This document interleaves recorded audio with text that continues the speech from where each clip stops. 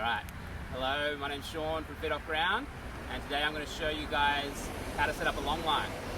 And we're going to be using a combination here of, this is Fit Off Ground prototype webbing.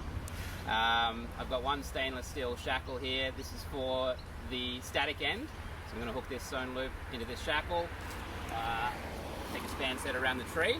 That's step one, and then I'll show you step two in a moment.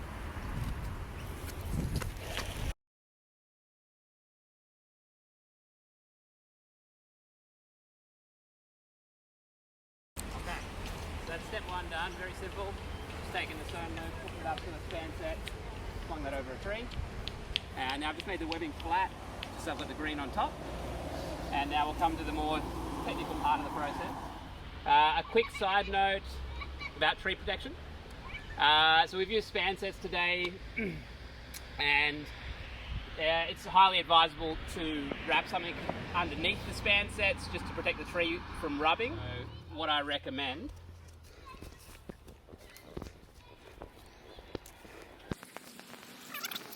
to use this around the tree underneath the span set.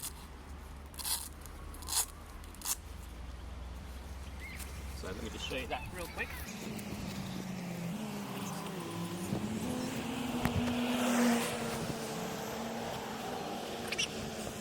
So this is what you want to have on both ends of the line, is just something wrapping around the tree, then the span set can go on top, and then if the line moves at all, it's going to rub on the rope protection rather than rubbing on the tree.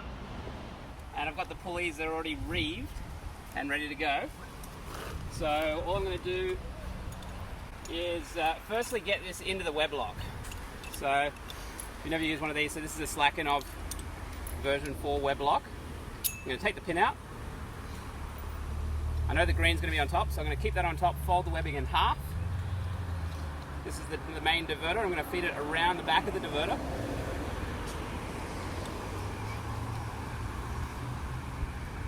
That loop that comes out, I'm going to get that to come through so that it lines up with the holes, so I can put the pin back in.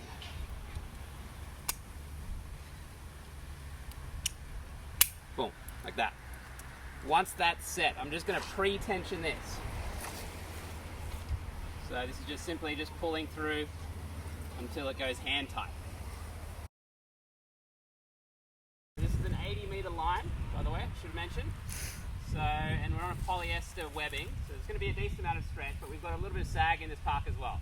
So that's going to help us. I've rigged this sling at about head height, which helps. The higher you have it, the less tension you have to put in the line ultimately. Okay, so that's about as hand tight as I can make that, just pulling that in myself. So now we'll use the mechanical advantage of the pulleys. And these pulleys come with their own rope brake, which is this thing from Slack Inov. It's called the Stalp. So that handle is if I want to release tension, which I don't want to do yet, I'll do that at the end. But what I want to first do is create tension. So the easiest thing is to pull on the rope that's going into that. If I pull on this, there's too much friction, not going to do anything. So the rope that goes into that, I'm going to grab that, and I'm going to feed that in. And then that will easily use the mechanical advantage of the pulleys.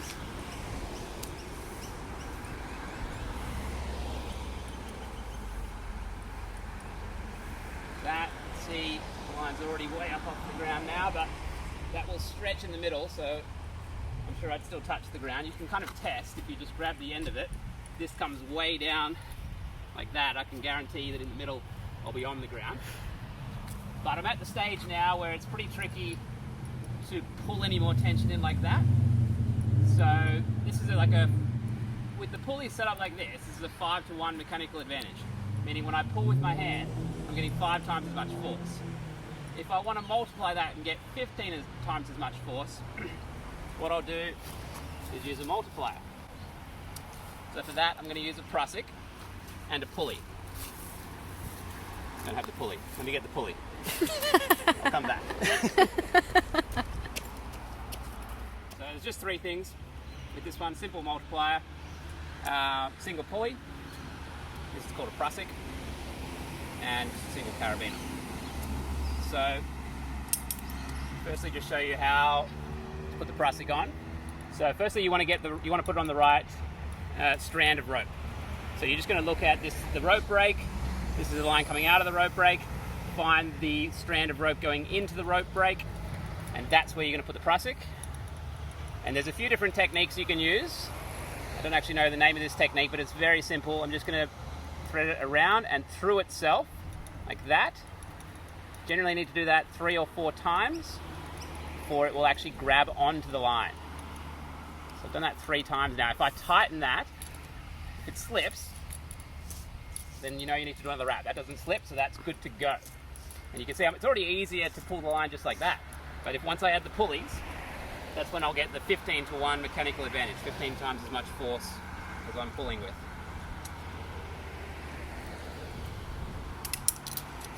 So I just take the end of the rope now that's coming out of the rope break, that threads itself through the pulleys, take the carabiner and I hook that into that prusik that I've connected. And now, if I pull like this, that's much easier to create tension on the line. If I try and pull this, I can't even move it. So it's all made so much easier with the multiplier.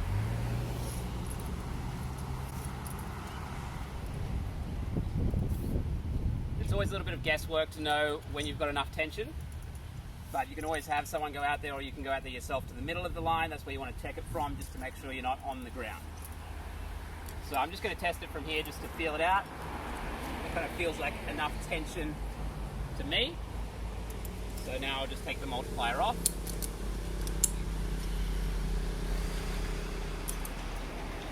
Take the prusik off. There you go. Now, the best part of all, time to walk.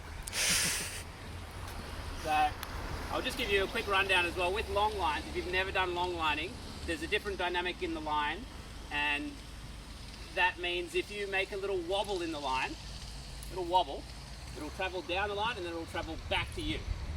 And so you have to have a little more control over your hips when you start long lining, or you'll just get thrown off the line. So that's just a quick rundown.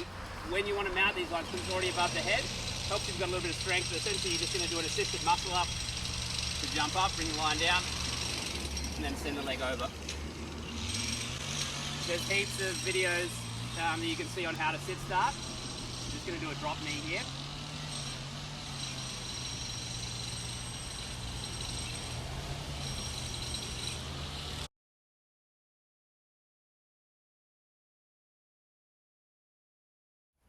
So just a couple of tips on a little bit more technique on long line technique. So I mentioned that if I move my hips, it's going to put an oscillation down the line, and that's going to make the line wobble more.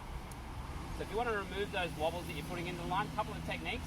One is bend your knees and try and squeeze your knees in. Almost try and get your knees one in front of the other. That will engage your inner thighs, and that will very greatly stabilize the line, and it will force you to not move your hips. Another simple technique is to just lift the back heel. When you lift the back heel, it gives you a little bit of chance to just move your heel without moving your hip. It gives you a little bit of adjustment.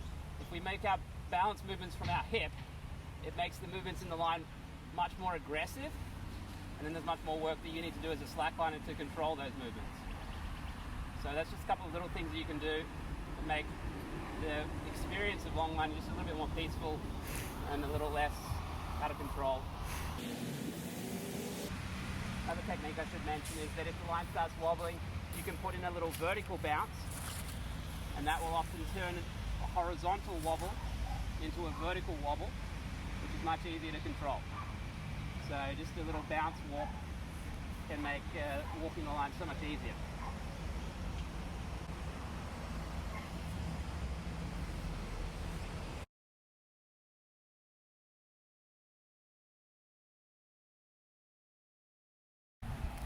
Alright, so we've had our fun, and now it's time to de-rig.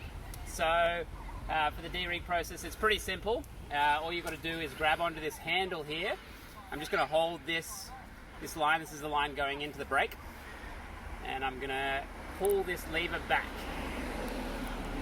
Sometimes it doesn't release, which means you just need to give it an assist. So the rope that's going into the brake, I'm just going to pull in the opposite direction. And that should start to release. There you go. Now once it's on its way, you just let that out.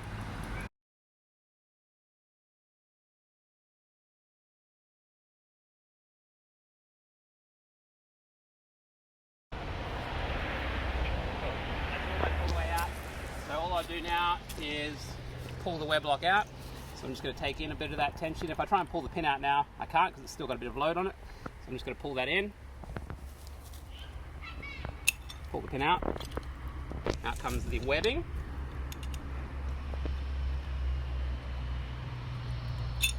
And then the rest of the process is pretty self-explanatory. You just go to the end of the line, pull the span set off, take the sewn loop off, and then pull the webbing, put the webbing back in the bag.